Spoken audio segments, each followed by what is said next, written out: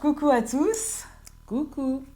Coucou. Voilà, alors on y est. On va donc continuer la suite de notre programme, hein.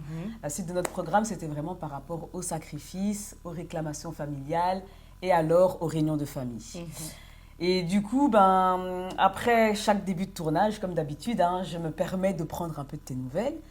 Et surtout que pour celui-ci, ça fait quand même un bon moment. Il y a eu un grand moment, un grand espace où il n'y a pas eu de vidéo, n'est-ce pas? Ouais. Donc du coup, est-ce que c'est pour une raison particulière?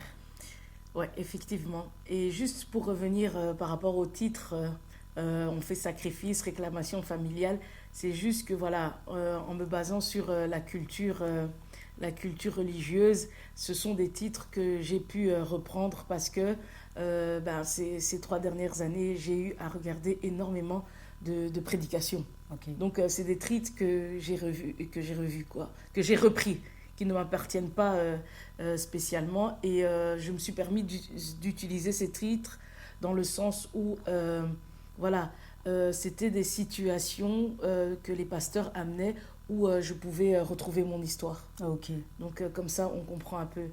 Et pour revenir à la raison particulière de ce petit moment d'absence, et veuillez m'en excuser, mais vraiment,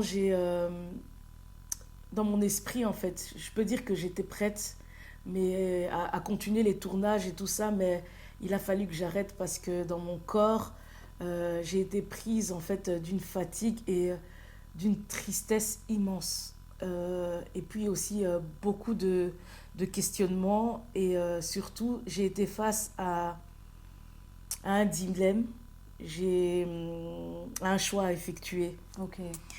Parce qu'en fait, un de mes plus jeunes frères, moins âgé que moi, vient de perdre son enfant, Ok. un nouveau-né, et je n'ai pas assisté à l'enterrement. Ce qui a été un choix extrêmement, mais extrêmement douloureux. Et, Je peux le concevoir, ça se conçoit très bien, effectivement. et le truc, c'est qu'entre-temps, durant ce temps d'absence, mon procès en appel a été de nouveau reporté pour la deuxième fois. La première fois, c'était pour le 15 avril. Et puis, ça a été repoussé pour ce mois-ci. Et c'est la troisième date maintenant. Ok. C'est la troisième date. Et elle a été refixée au lendemain du jour d'anniversaire de ce même frère qui vient de perdre son fils. Ah oui. Et ils ont choisi de l'enterrer au même endroit que mon père, mon défunt père. Eh bien. Et donc, tout ça et tout, ça remuait trop de choses ça remuait trop de choses à la fois. Et d'autant plus que la semaine passée, on est le 19 mai, j'ai une de mes sœurs, une des filles de mon père, qui m'appelle en fait et qui m'exige en fait de retirer les vidéos. Ah oui. Elle m'exige de retirer mes vidéos sur YouTube et elle m'accuse en fait de les avoir fait pour détruire mes sœurs, pour détruire mon frère, pour détruire un peu, pour salir la famille en fait. Et elle utilisera un terme en disant et en plus tu salis la mémoire et elle utilise de notre pauvre défunt père. Et elle me dira et tout. En plus, est-ce que c'est le seul à avoir touché des gris-gris? Tu parles de ça. En plus, toi-même, j'ai vu en fait dans tes vidéos que tu parlais d'avoir un patient franc-maçon et tout. Et donc, elle a eu à regarder mes vidéos suite à un appel qu'elle a reçu à 23 h d'un proche qui lui a dit, oui, regarde ce que ta sœur est en train de faire. Et donc... Elle a utilisé des mots durs, hein. Exactement. Exactement. Elle ajoutera aussi que je n'ai pas pensé aux enfants de mon frère, que j'ai pas pensé à mes propres enfants. Comment ça va se passer quand ils apprendront ça? Et elle a parlé aussi de tous les maris, de tous les maris de tous les maris de mes sœurs. Est-ce que j'y ai pensé, l'image et tout. Juste pour rappel, chez nous, on est 13 filles du côté de mon père et 9 garçons. Ok. Et donc, pour couronner le tout, par rapport à mon procès de ce mois-ci, il était prévu le 13 mai. Ok. Et mon frère choisit en fait de débrancher son fils le 14 mai, le lendemain de mon procès. Et il faut savoir que la situation de sa copine, en fait, moi, on me l'a annoncé le 11 mai. Le 11 mai, après le post de ma dernière vidéo, la partie 12, que j'avais postée le 10 mai. Ok. Et donc, tout ça et tout, ça a été un bouleversement, en fait. Ah ben oui, mais ça j'imagine. Mhm. Et puis, quand je regarde un peu tout ce que tu me dis, tu me parles du procès qui a une certaine date, tu me parles du report de procès qui se passera donc le lendemain de l'anniversaire de ton frère, tu me parles de la mort de ton neveu, tu me parles de l'enterrement proche comment on appelle ça, dans le cimetière où ton père est enterré aussi. Exactement. En fait, moi, quand je mets tout ça en point, j'ai l'impression qu'on peut quasi relier un peu tout ça, quoi. Oui, ça fait quand même beaucoup de liens, en fait, hein, au niveau des dates, au niveau des événements. Ça fait beaucoup. Ça fait beaucoup. Et donc, du coup, là, maintenant, tu es là. Donc, est-ce que ça veut dire que quelque part, tu as fait un choix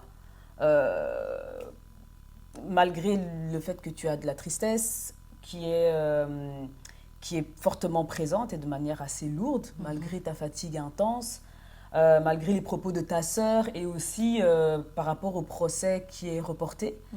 Un peu comme la fameuse notion de liberté de Jean-Paul Sartre, hein, qui dit que tout simplement, être libre, c'est faire des choix.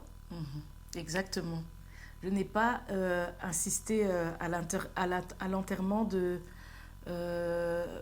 d'abord pour mes convictions. Et paradoxalement, peut-être par respect pour mes sœurs et ma mère, avec qui je ne voulais surtout pas risquer la prise de tête pour le bien de mon frère, sa copine et leur fils, en fait. Mais sincèrement, j'ai pleuré, j'ai tellement été affectée, parce qu'en fait, voilà, il a publié, en fait, les images de son fils, et il a publié les images de son fils. C'était un beau et grand bébé en vie sur les vidéos. Il était en vie. Et donc ça m'a littéralement mis à terre. En fait, ce qui s'est passé, c'est que la mère, la copine de mon frère, a été sujette à une prééclampsie. Et elle est tombée dans le coma le 1er mai. Et ce jour-là, en fait, mon frère m'a téléphoné, mais en fait, je commençais le tournage de mes vidéos. Et donc, il m'a téléphoné et je commençais le tournage, et donc, j'ai pas prêté attention. Et c'est vraiment, comme j'ai dit, j'en ai pris connaissance que le 11 mai. Et donc, le 1er mai, elle tombe dans le coma. Et qu'est-ce qui se passe? C'est que leur enfant a manqué d'oxygène. Et donc, ça a endommagé son cerveau. Et s'ils avaient fait le choix de le laisser vivre, il aurait souffert d'un handicap. Et donc, en gros, il a vécu 10 jours, ce petit ange. Et voilà. Ce que je voudrais faire en plus, c'est que, voilà, avant de poursuivre, j'aimerais qu'on lise Hébreux 4, verset 12. Ok.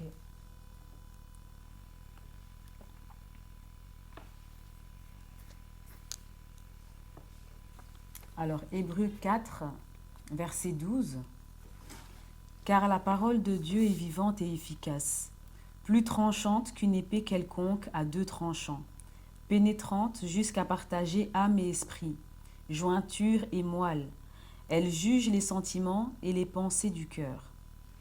Oui, en fait, on définit la Bible comme une épée. L'épée, c'est une arme. Et souvent, tu connais ce discours où on dit que le savoir est une arme. Ah là là, excusez-moi.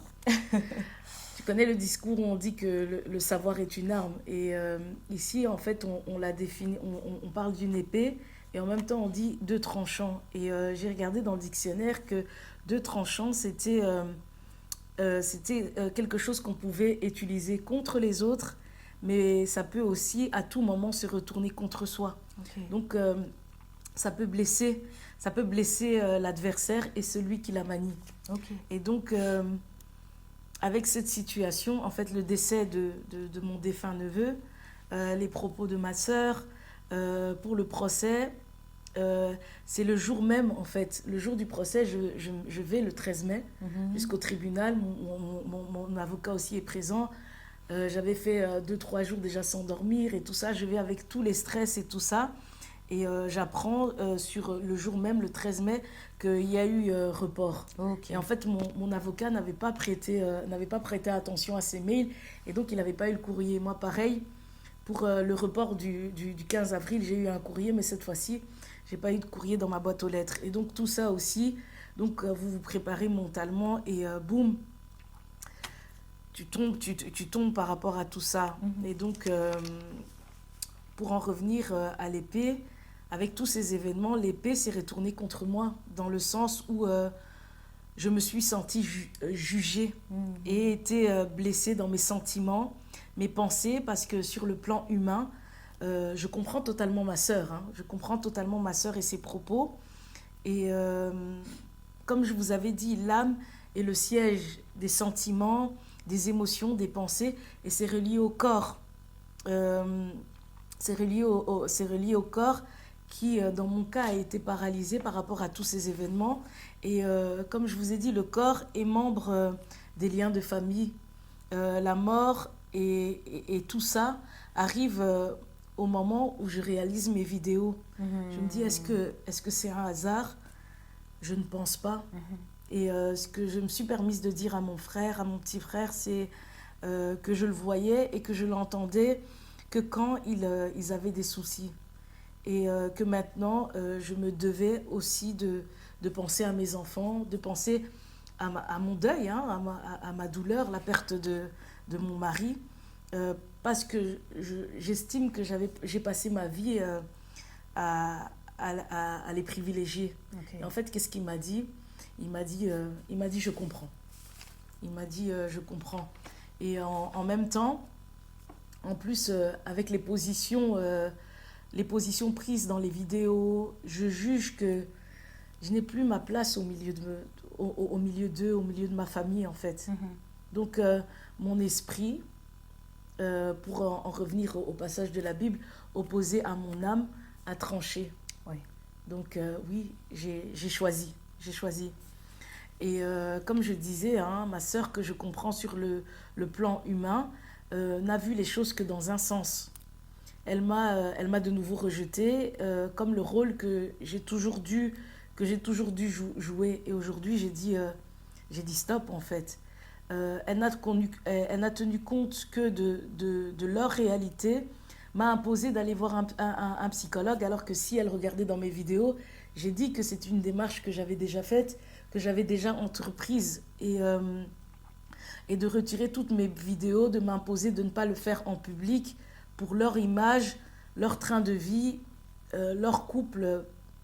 C'est en vérité pour mon plus grand désespoir. C'est ça. Tu vois? Et donc, mon silence qui contient une souffrance servirait, du coup, je me dis, à maintenir leurs besoins d'apparence.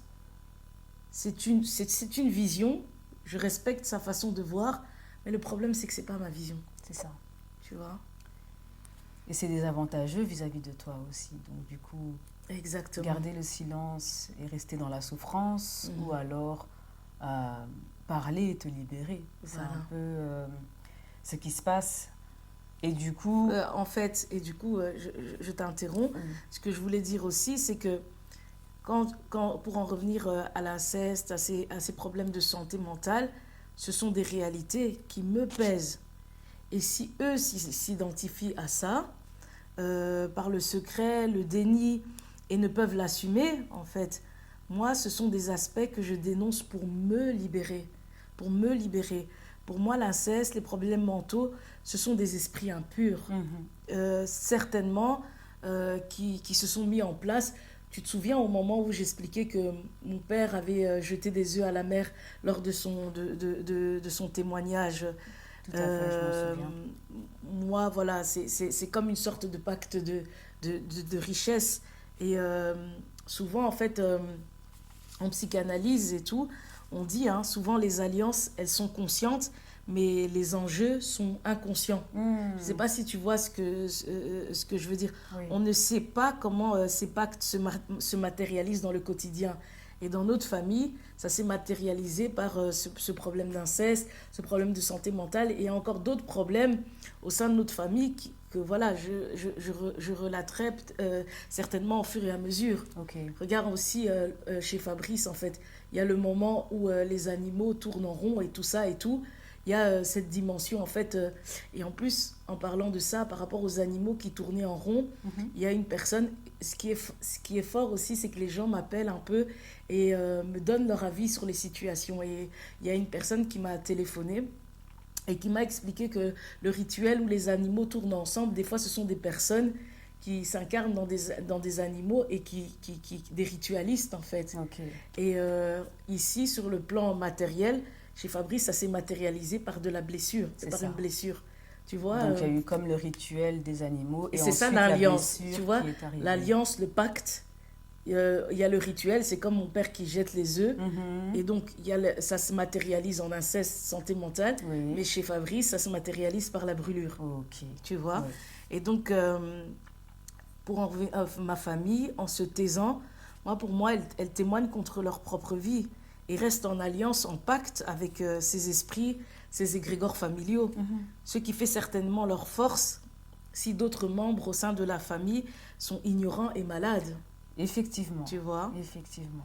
Et franchement, en ce qui concerne mes enfants, vous savez, j'ai envie de dire que chaque famille a son lot de honte, de poids, de secrets. Et moi, avec mes enfants, je n'ai aucun tabou, même par rapport à la mort. On en parle ouvertement. Il y avait un moment où on me disait aussi, oui, il ne faut pas amener tes enfants au cimetière, le cimetière, c'est pas bien. À un moment, voilà, je me suis laissée imprégner par cette réalité. Mais non, aujourd'hui, on va au cimetière. Moi, mes enfants, je n'ai pas de tabou avec eux. Et en ce qui concerne mon père, c'est la conséquence de ses choix, de ses œuvres que j'expose.